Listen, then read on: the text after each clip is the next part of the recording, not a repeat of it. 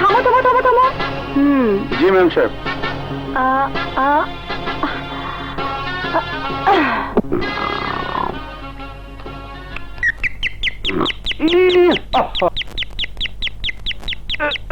আরে ভাই আসতেছি, লঞ্চের হর্নটা থামা না, ঘুমায় শান্তি নাই।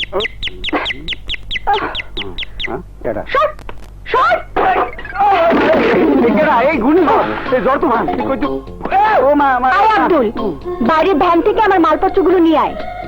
আব্দুল? আব্দুল কেডা? আব্দুল নামে এখানে কেউ থাকে না। কথা কম, যা মালগুলো নিয়ে আয়। হ্যাঁ করে দাঁড়িয়ে দেখছিস কি? বললাম না মালপত্রগুলো নিয়ে আয়। আর শোন আব্দুল, আমার খাটটা বড় বেডরুমে ঢুকাবি। কারে আব্দুল কোন? আমার নাম গোলাম রহমান, আগে পরে আর অনেক কিছু আছে, ডাক নাম মধু। আর ওইসব কাম কাজ আমি জীবনও করব না। একদম চুপ। এই শাড়ির মতো চেঁচাবি না, একদম চুপ চুপ। আরে কি হয়েছে?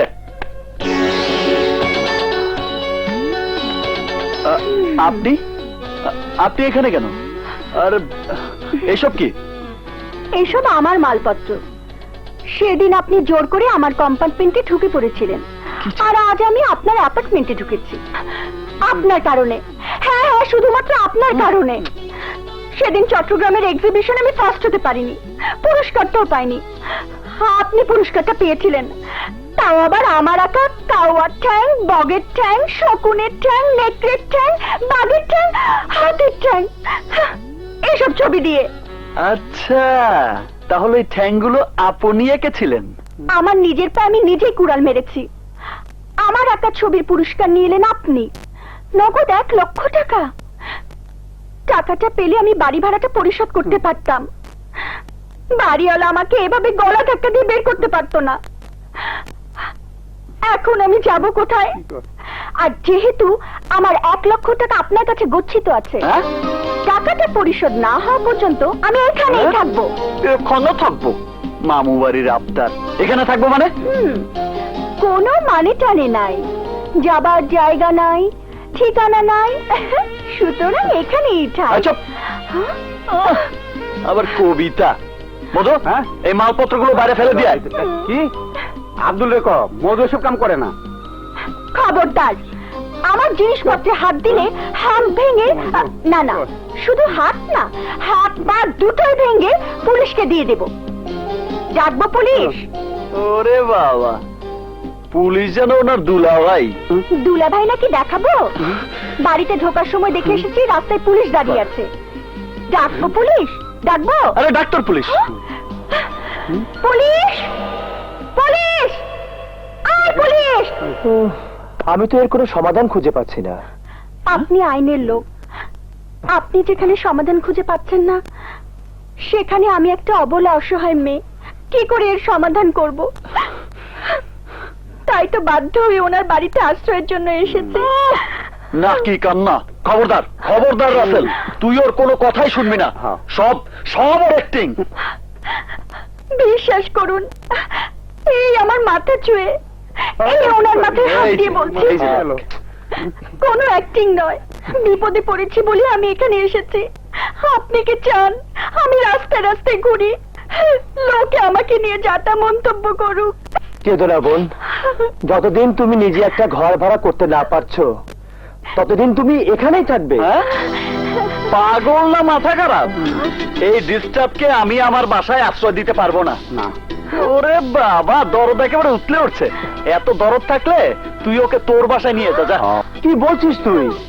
নতুন বিয়ে করেছি, তোর ভাবি ওকে আমার সঙ্গে দেখলে উল্টো পাল্টা বুঝে মহা কেলেঙ্কারি বাজিয়ে বসবে।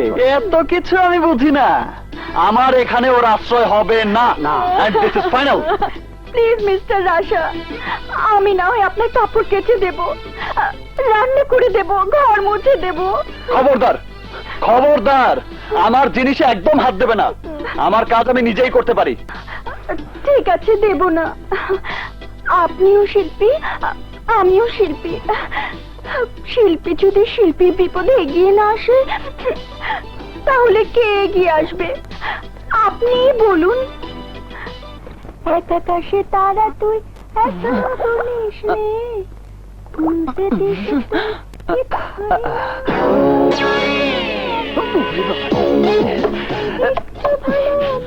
আরে বাথরুমে কে? আমি আরে আরে বেরোন তাড়াতাড়ি, আমাকে এক্ষুনি বাইরে যেতে হবে। আমার গোসল শেষ হতে আরো 15 মিনিট সময় লাগবে। 15 মিনিট? অসম্ভব, আপনি বেরোবেন না আমি দরজা ভেঙে ফেলবো। ভাঙুন, আপনার বাড়ি আপনার ঘর, ভাঙলে আমার কি? আরে আপনি বুঝতে পারছেন না, আমার বিশেষ প্রয়োজন, ইমার্জেন্সি কেস। 1 না 2? 2। আরে বেচারা।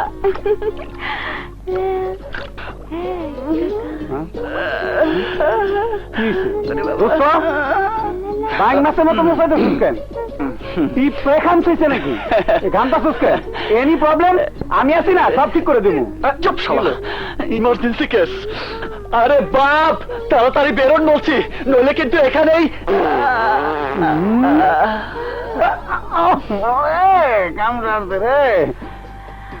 দোস্ত নিশ্চয়ই কালকে বুট বাদাম খাইছস। তাড়াতাড়ি বেরোন বলছি।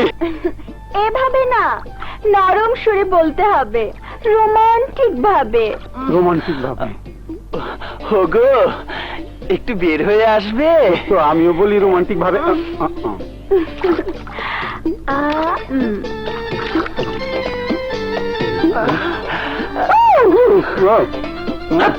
যাও।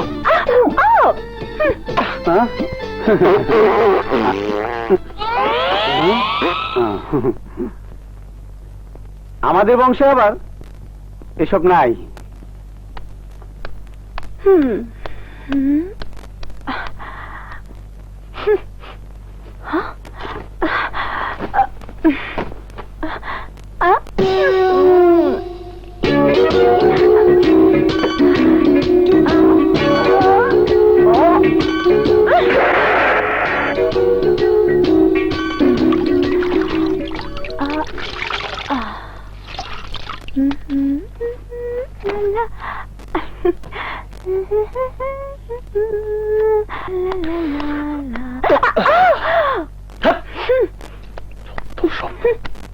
হ্যাঁ?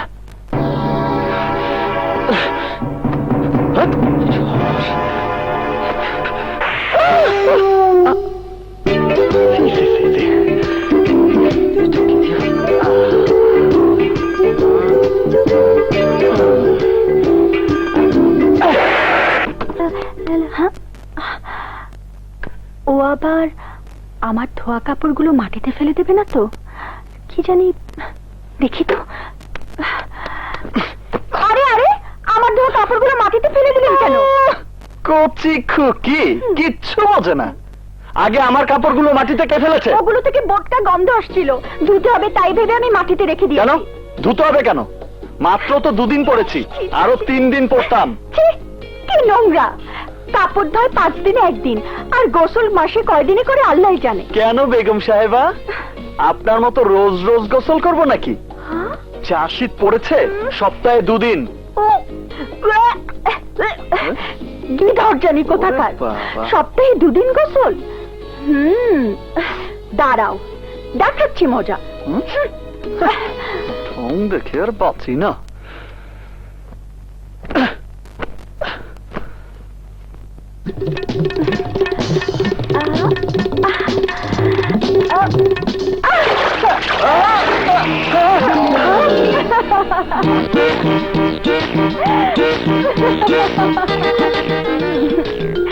এবার গোসল না করে কোথায় যাবে চান্দু?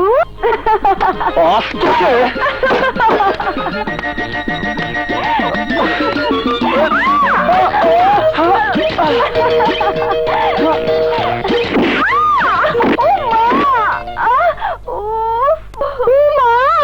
অ্যাক্টিং, সুচিত্রা সেনের অ্যাক্টিং করে আজ পার পাবেন না।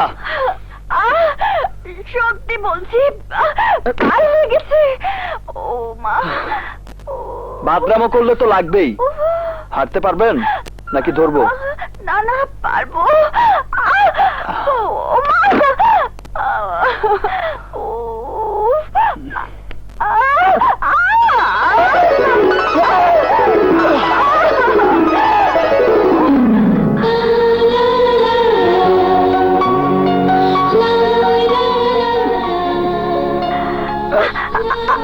আরে আরে, কি করছেন? উপকার করার চেষ্টা করছি।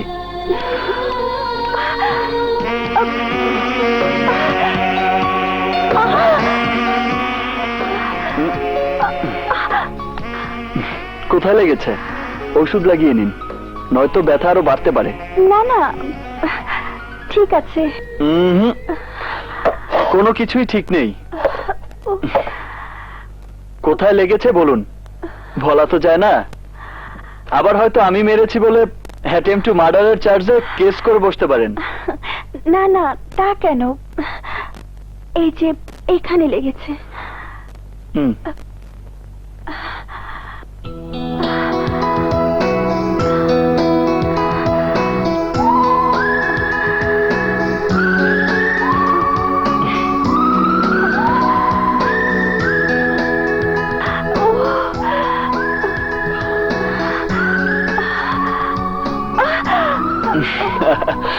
বুঝেছি, আপনি পারবেন না। চোখ বন্ধ করে থাকুন, আমি লাগিয়ে দিচ্ছি।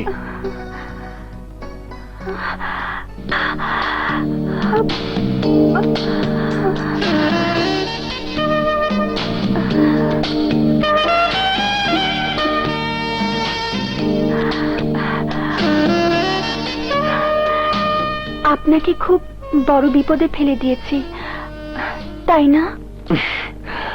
বিপদ আর কি, মানুষ বাধ্য হলে অনেক কিছুই করে। আমি সত্যি দুঃখিত। I am really sorry.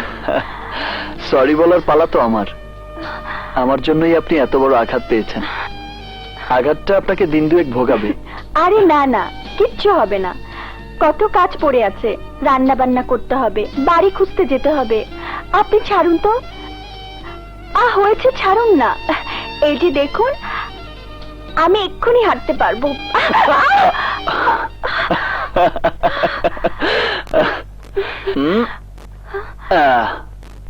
আপনাকে কিচ্ছু করতে হবে না, আপনি চুপ করে বিছানায় বসুন, আমি আপনার জন্য নাস্তা নিয়ে আসছি।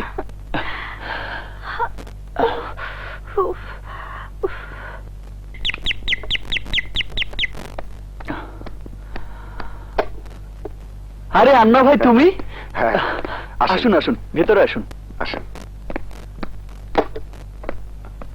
হায় হায়, বস, ওর নাম রাশা, আমার ভাই। রাশা আমার বস, জহুরুল ইসলাম, অনেক বড় ব্যবসায়ী। রাশা, হ্যাঁ? তোরে বসের একটা কাম করে দেওয়ার লাগবো। আরে অবশ্যই করব, তার আগে বলো কি খাবে, চা না কফি? কোনো কিছুর প্রয়োজন নেই, আপনি এই ছবিটা দেখুন।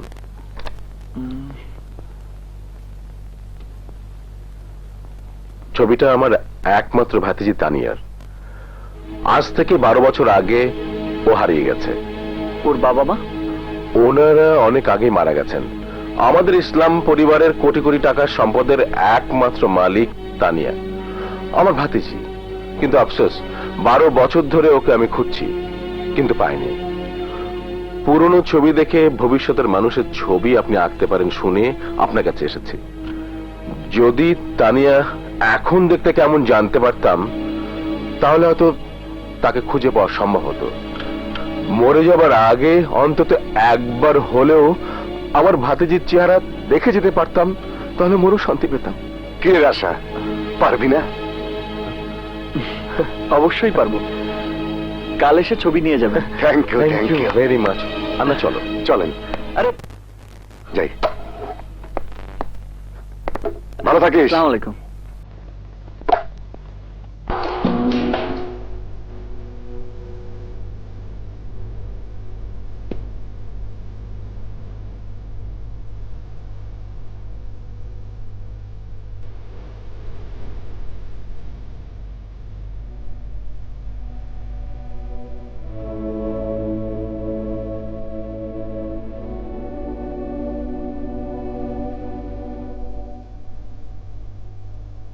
রাশা, তোমার চা। রেখে যাও।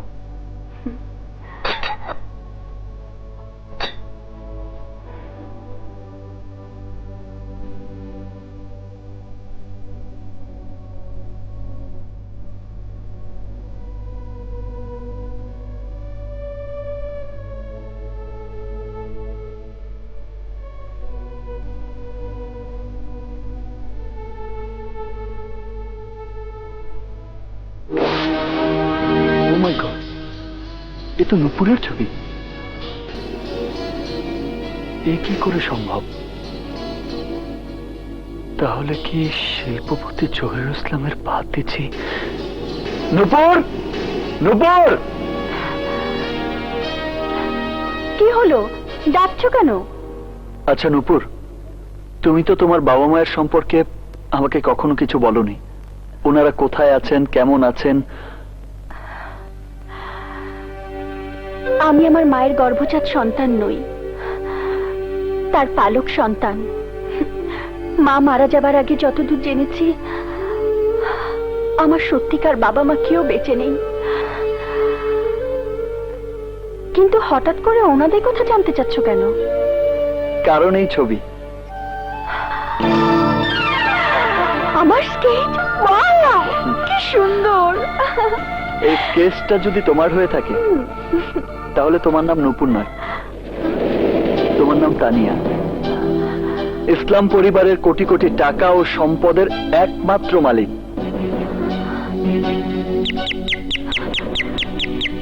আসুন। আপনি কি রাশা? জি, কিন্তু আপনি?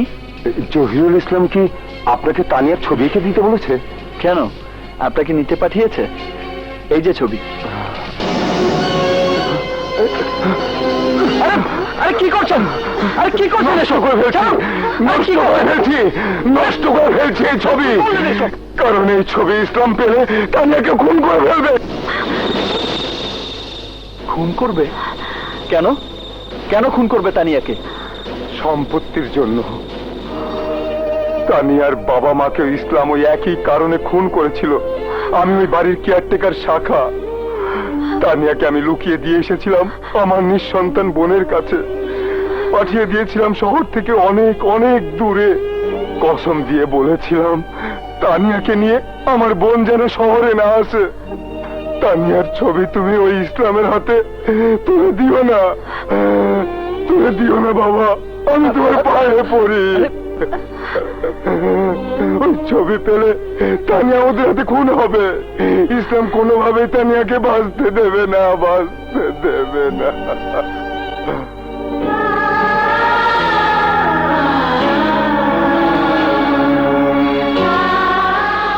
তুমি কে? তুমি কি আমার তানিয়া? তোমার মায়ের নাম কি? কুসুম। তাহলে তাহলে তুমি আমার তানিয়া। কিন্তু কিন্তু আমার বোন কুসুম, ও কোথায়? বছর 3 আগে মারা গেছে। ইন্না লিল্লাহি ওয়া ইন্না ইলাইহি রাজিউন। তার মানে নুপুরি তানিয়া? হ্যাঁ বাবা, তুমি ওই ছবি ইসলামের হাতে দিও না। কিন্তু ছবি আমাকে দিতেই হবে। আন্না ভাইকে আমি খালি হাতে ফেরাতে পারবো না। জহিরুল ইসলাম এসে গেছে, আপনারা ওই রুমে যান। যান।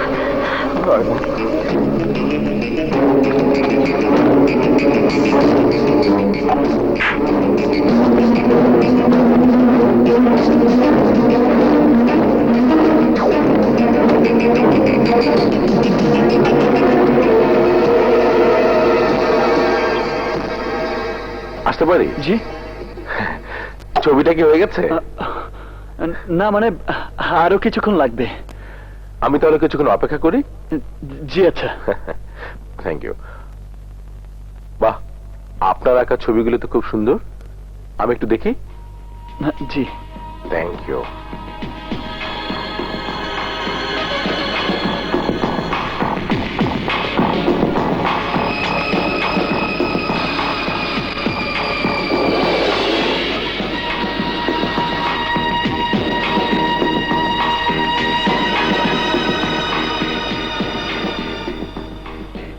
আমার ভাতিজিকে যদি খুঁজে পাই, আমি হব পৃথিবীর সবচেয়ে সুখী মানুষ। ওর হাতে সমস্ত সম্পত্তি বুঝিয়ে দিয়ে আমি বিশ্রাম নেব।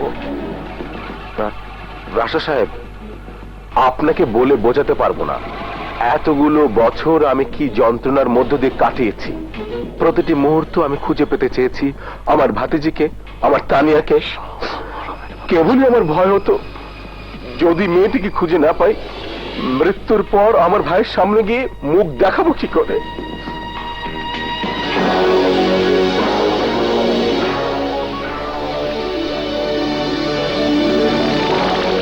এই নিন আপনার সমস্ত দুশ্চিন্তার আর সমাপ্তি। তানিয়া যদি বেঁচে থাকে তাহলে দেখতে ঠিক এমন হবে।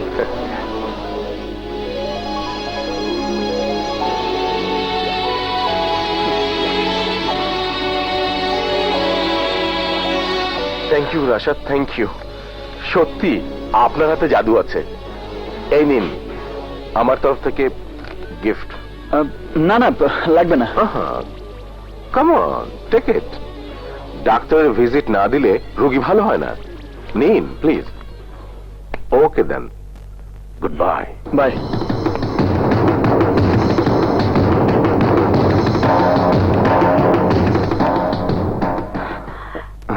ইসলাম কোথায়?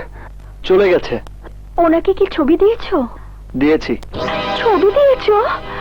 হ্যাঁ দিয়েছি। কাল্পনিক একটা ছবি এঁকে দিয়েছি, যে চেহারার তানিয়ার অস্তিত্ব বাস্তবে নেই। ইসলাম তাকে জীবনেও খুঁজে পাবে না। ভালো করেছো বাবা, আমাকে এখনই ফিরে যেতে হবে, কিন্তু তানিয়াকে একা রেখে যেতে আমি সাহস পাচ্ছি না। আপনি নিশ্চিন্তে যান চাচা, তানিয়ার কোনো ক্ষতি কেউ করতে পারবে না। আমি আমার সব শক্তি দিয়ে তানিয়াকে রক্ষা করব। কি করে করবে? তানিয়ার কাছে শুনলাম ও এই বাড়িতে আশ্রিতা। ইসলামের লোক ওকে খুন করতে এলে কে ঢাল হয়ে বাঁচাবে তানিয়াকে? আমি বাঁচাবো। নুপুর আমার কাছেই থাকবে। কি নুপুর, থাকবে না? থাকতে পারি, কিন্তু সমাজ কি তা মেনে নেবে? সমাজ তো তোমার আমার সম্পর্কের একটা নাম জানতে দেবে, জানতে চাইবে আমি কোন অধিকারী তোমার সাথে আছি। যদি আমি তোমাকে স্ত্রীর অধিকার দিতে চাই, নেবে?